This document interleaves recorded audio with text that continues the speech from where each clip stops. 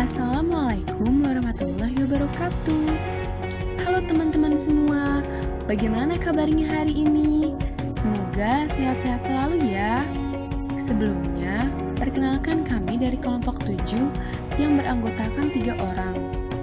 Dalam video kali ini, kita akan membahas tentang analisis konsep dan profil tugas perkembangan kognitif anak usia sekolah dasar. Sebelumnya, apakah kalian tahu apa itu perkembangan kognitif? Untuk penjelasan lebih lengkapnya, yuk kita simak bersama-sama. Perkembangan kognitif adalah tahapan-tahapan perubahan yang terjadi dalam rentang kehidupan manusia untuk memahami, mengolah informasi, memecahkan masalah, dan mengetahui sesuatu. Pengetahuan anak akan terbentuk secara bertahap sejalan dengan pengalamannya berdasarkan informasi-informasi yang didapatkan dari lingkungan sekitarnya. Tahapan perkembangan kognitif. Yang pertama ada tahap sensori motorik, yaitu usia 0-2 tahun. Dalam tahapan ini, bayi menyusun pemahaman dunia dengan mengkoordinasikan pengalaman indera mereka dengan gerakan motorik. Yang kedua, ada tahap pra-operasional, yaitu usia 2-7 tahun. Tahap ini adalah tahap pemikiran yang lebih simbolis, tetapi tidak melibatkan pemikiran operasional. Tahap ini lebih bersifat egosentris dan intuitis. Yang ketiga ada tahap operasional konkret, yaitu usia 7-11 tahun. Kemampuan untuk mengklasifikasikan sesuatu sudah ada, tetapi belum bisa memecahkan problem-problem abstrak.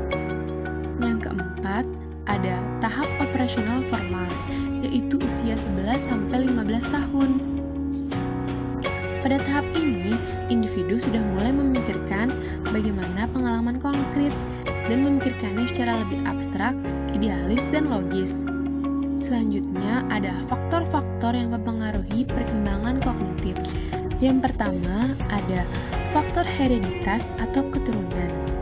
Teori hereditas atau nativisme yang dipelopori oleh seorang ahli filsafat, Schopenhauer, mengemukakan bahwa manusia yang lahir sudah membawa potensi tertentu yang tidak dapat dipengaruhi oleh lingkungan.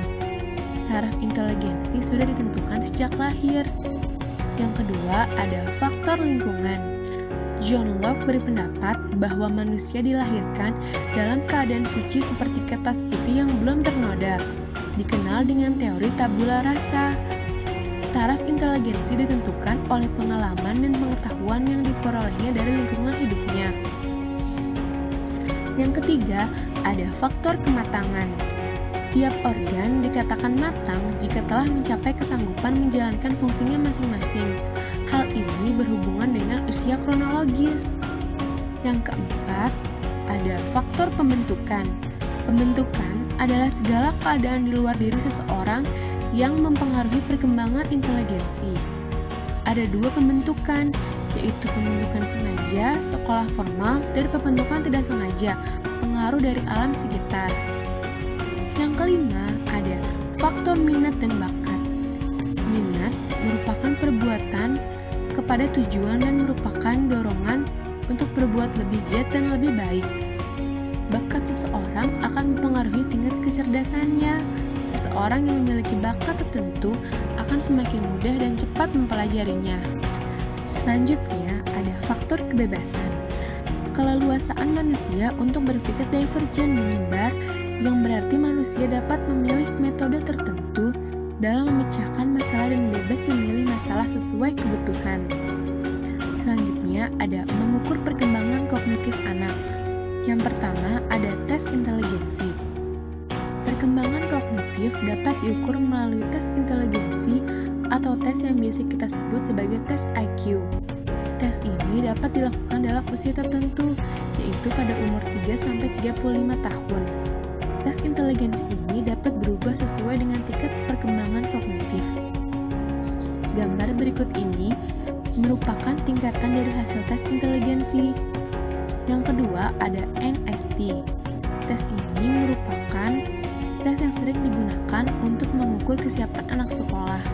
Melalui tes NST ini akan tergambar kematangan anak dalam sisi kognitif, motorik, dan sosial emosinya. Tes NST ini bersifat nonverbal dan disajikan secara individual. Tes ini terdiri dari 10 subtes yang berisi gambar-gambar atau melengkapi gambar sekaligus jawabannya, yang masing-masing mengungkapkan kemampuan yang berbeda. Gambar ini merupakan beberapa contoh soal tes NST. Yang ketiga, ada Test of Piaget's Logical Operation, yaitu TLO. TLO merupakan instrumen yang digunakan untuk mengidentifikasikan dan menganalisis pola penalaran siswa dalam memecahkan masalah matematika berdasarkan 7 operasi logis Piaget. Walaupun TLO ini lebih fokus pada pelajaran matematika, namun secara tidak langsung dapat digunakan untuk mengetahui berpikir logis yang dimiliki siswa sesuai dengan tujuan dari pembelajaran matematika. Nah, berikutnya ada hubungan tingkat perkembangan kognitif dengan pendidikan anak usia sekolah dasar. Anak yang sudah berada di tahap ini memasuki usia sekolah khususnya pada umur 7-11 tahun. Menurut Piaget, pada usia tersebut, perkembangan kognitif anak berada pada tahap operasional konkret. Pada tahap ini, anak sudah tidak hanya mengandalkan panca indera saja untuk memahami sebuah informasi.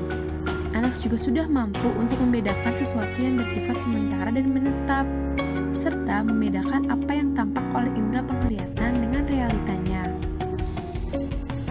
Selanjutnya ada kemampuan kognitif anak usia 7 tahun, yaitu kelas 1. Pada fase ini, anak berada pada C1 yaitu mengingat dan mulai memasuki fase C2, memahami ataupun bisa sudah masuk pada ranah C3, menerapkan, yang masih dalam level rendah. Anak sudah dapat membacakan suatu teks lalu menguraikannya, sedangkan dari kemampuan matematisnya, anak masih berada pada batasan pengenalan angka. Dalam fase ini, guru sebaiknya menggunakan strategi pembelajaran yang kontekstual.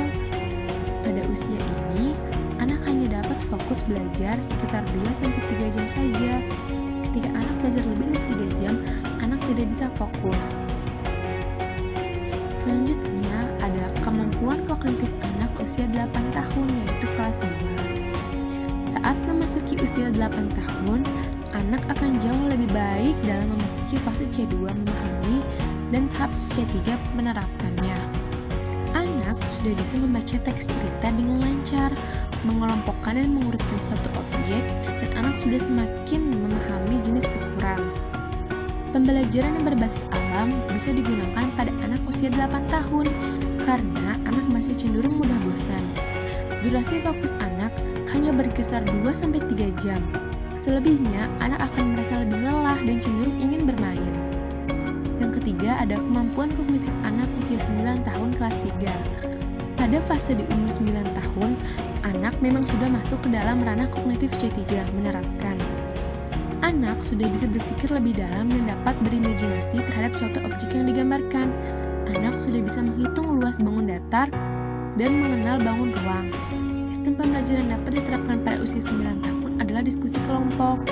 Pada usia ini, anak fokus mengikuti pembelajaran dengan durasi 3-4 jam sehari. Yang keempat, ada kemampuan kognitif anak usia 10 tahun, kelas 4. Anak sudah merinci atau menguraikan suatu bahan atau keadaan. Anak memasuki fase C4, menganalisis. Anak sudah dapat menganalisis dan menghubungkan teori dengan fakta untuk menarik kesimpulan. Anak juga sudah berani mengeluarkan pendapat dengan alasan-alasan yang ilmiah. Sistem belajar yang bisa digunakan dalam tahapan usia ini adalah sistem pembelajaran kooperatif. Anak juga fokus mengikuti pembelajaran dengan durasi 3-4 jam sehari. Yang kelima, ada perkembangan kognitif anak usia 11-12 tahun. Anak usia 11 tahun itu sudah memasuki kognitif di ranah C5, yaitu mengevaluasi atau menilai, dan C6 menciptakan.